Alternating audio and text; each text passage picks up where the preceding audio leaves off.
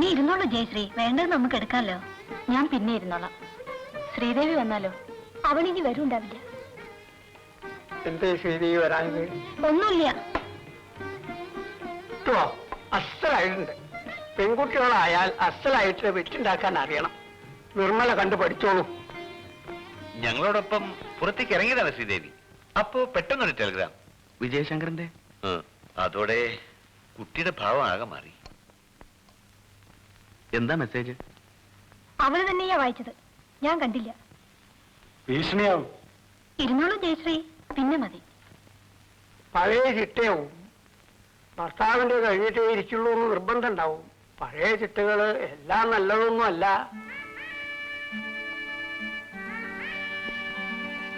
യാത്ര പറയാനില്ല കേട്ടോ. പക്ഷേ നല്ലൊരു ശാപ്പാടിന് നന്ദി പറയാതിരിക്കാൻ വയ്യ. ക്ലാസ് എവിടെ? ഇവിടെ ഉണ്ട്.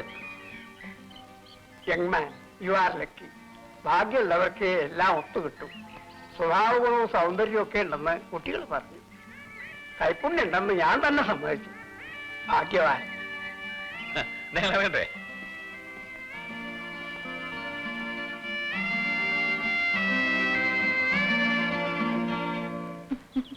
ഇരിക്കണ്ട, എനിക്കൊരു രസവും തോന്നുന്നില്ല. അഭിനയൊക്കെ ആവശ്യത്തിന് മതി. ഇടടി നിൽക്കുന്നിടത്ത് നിന്നാ മതി. പോയി പോയി അവസാനം വീട്ടമ്മയായി കുഴിയിരിക്കാനും ഭാവമുണ്ടോ? എന്താ വിരുന്നുകാര് പറഞ്ഞത് കേട്ടില്ലേ? എന്നെ പോലൊരു ഭാര്യയെ കിട്ടാൻ സുഹൃതം ചെയ്യണമെന്ന്. വലിയ ആൾക്കാരാണ് പറഞ്ഞത്.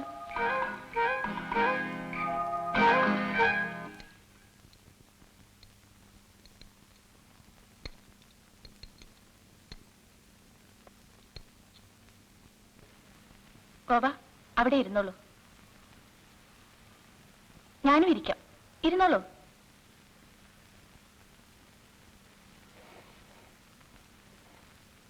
ഇന്നാരെയും നാട് കാണിക്കാനില്ലേ? ഞങ്ങൾ കുറെ ആളുകളുണ്ട്. ചില ദിവസം മാത്രമേ പണിയുണ്ടാവൂ. നിന്നെ ഒരു വൈകുന്നേരം ഗൈഡായി കിട്ടാൻ എവിടെയാ പണം കെട്ടേണ്ടത്?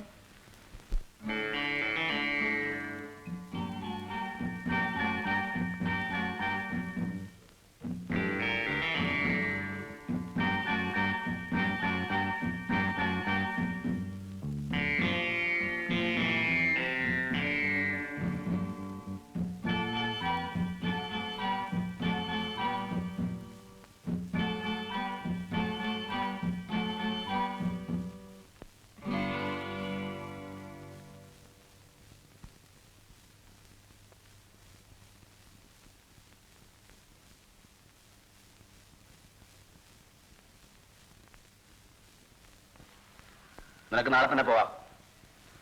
തനിച്ചോ? എന്താ, ഒറ്റയ്ക്ക് യാത്ര ചെയ്താൽ പാടുവൃത്തം നഷ്ടപ്പെട്ടു പോകും. സ്റ്റേഷൻ വരെ ബസ്സിൽ പോവാം. പരമേശ്വരൻ ലേഡീസ് കമ്പാർട്ട്മെന്റ് കയറ്റിവിടും. വേണ്ട, ഒരുമിച്ചേ മടങ്ങുന്നുള്ളൂ.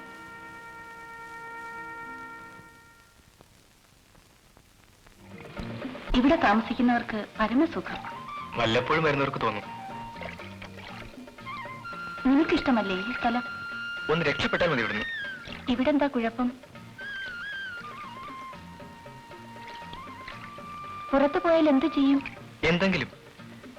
ഇവിടെ നിന്നാൽ ആളുകൾ തരുന്ന പിച്ചക്കാശ് വാങ്ങി. പിച്ചക്കാശോ?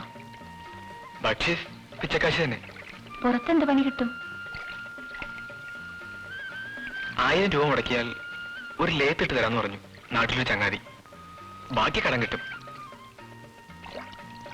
ദിവസം മാനമായി 10-25 രൂപ ഉണ്ടാക്കാൻ അത് മതി. 100 റുപ്യ ബക്ഷീസ് കിട്ടുന്നതിലും ഭേദം അതാണ്. 1000 റുപ്യ ഒന്നിച്ച് ഞാൻ കണ്ടിട്ടില്ല. എന്നിട്ടല്ലേ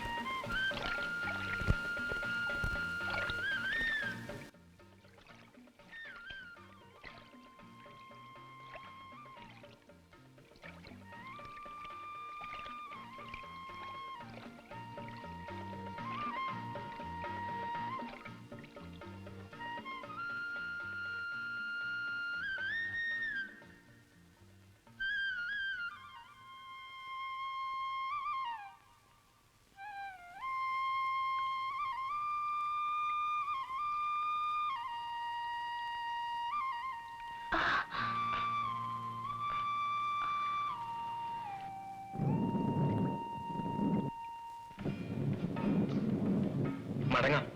മഴ വരുന്ന ലക്ഷണമുണ്ട്. പെയ്യില്ല. നടക്കാം.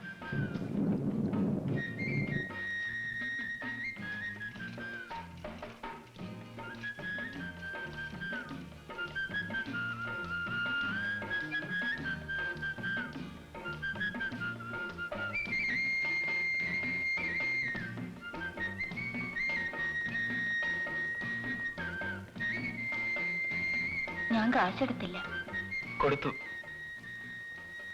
വലിയ ആളുകള് കാശ് കൊണ്ട് നടക്കാറില്ല. ഞാൻ എപ്പോഴും നോക്കിയിട്ടുണ്ട്.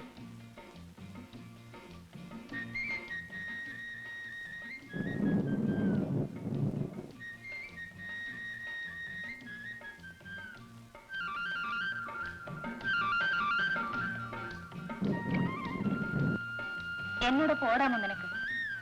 ഓടാം. റെഡി? 1 2 3.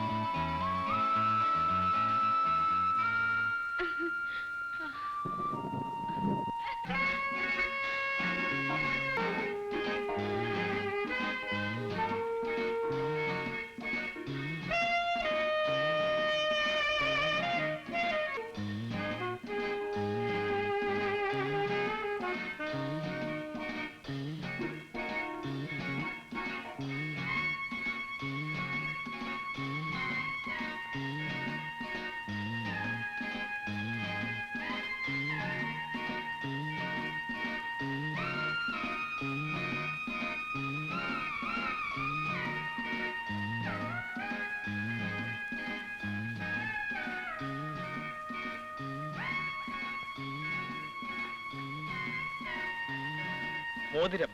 അമ്മ വൈരമോതിരം. വേറെ 1,00,000 രൂപ. അത്രേ വിലയുള്ളൂ? വെറും 1,00,000 രൂപ? ചേച്ചിക്ക് ലക്ഷം എന്ന് കേട്ടാൽ വിശേഷിച്ചൊന്നും തോന്നില്ല അല്ലേ? നോക്കട്ടെ.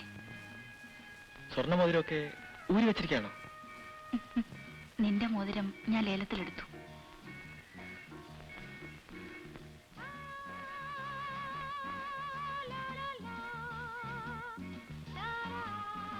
നീയൊരു തമാശ പറ. ചിരിക്കാൻ പറ്റിയ എന്തെങ്കിലുമൊക്കെ പറ. ചേച്ചിയെ പോലെ ഒരു സ്ത്രീയെ ഒരു ഇംഗ്ലീഷ് സിനിമയിൽ കണ്ടിട്ടുണ്ട്. മുടി മാത്രം ചെമ്പനാക്കി നീല ഷർട്ടും നീല ജീൻസും ഇട്ടാൽ അത് തന്നെ. ആരാണ്? പേര് ഓർമ്മയില്ല. പക്ഷെ ആയമ്മ പറ, എന്തായാലും പറ.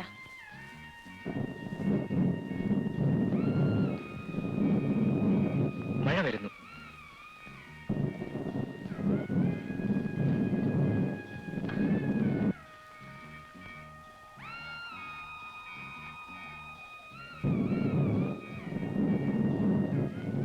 പോവാം.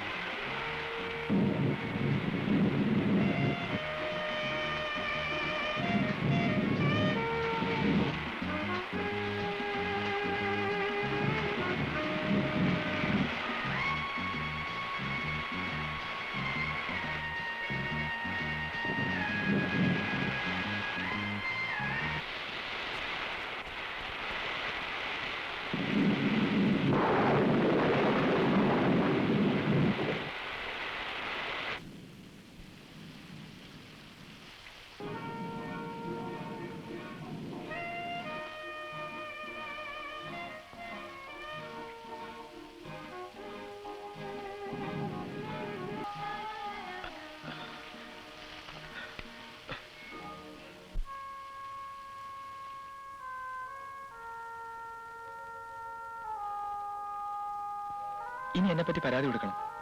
എന്നിട്ട് എന്നെ തല്ലിക്കണം. ആ മാതാമ്മ തല്ലി നിങ്ങളും ഒക്കെ ഒരേ കണക്കാണ്. നീ ഒരു തെറ്റും ചെയ്തില്ലല്ലോ.